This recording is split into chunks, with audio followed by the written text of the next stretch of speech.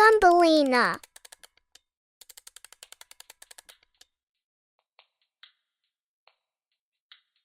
Once upon a time, a woman who longed for a child planted a tiny seed given to her by a mysterious old woman.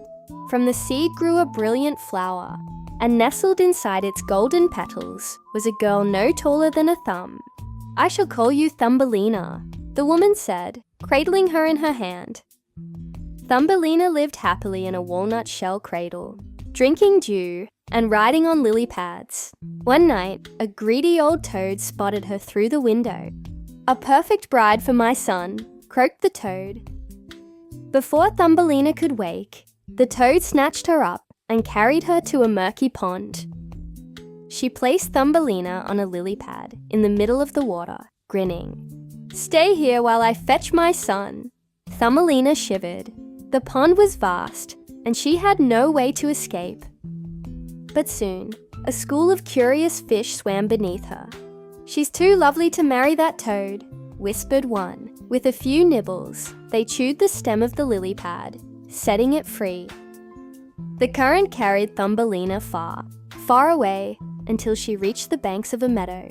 For a time, she lived peacefully among the flowers, sipping nectar and befriending butterflies. But before long, a beetle swooped down and snatched her up. "You'll make a fine guest for my dinner party," he buzzed. But the other beetles were not impressed. "She has only 2 legs. How odd," they jeered. Embarrassed, the beetle left her on a daisy and flew away. Thumbelina wandered until the air turned cold. Winter had arrived, and the meadow was now a frozen wasteland. Thumbelina, shivering and hungry, found shelter in a burrow belonging to a kind field mouse. "You poor dear," said the mouse, wrapping her in warmth. "You may stay with me, but you must be polite to my neighbour, Mr. Mole." Mr. Mole was a gloomy creature who preferred the dark tunnels. "You'll make a fine wife," he told Thumbelina gruffly. Thumbelina paled. "Marry the mole, never!" But what could she do? The mouse was delighted by the idea.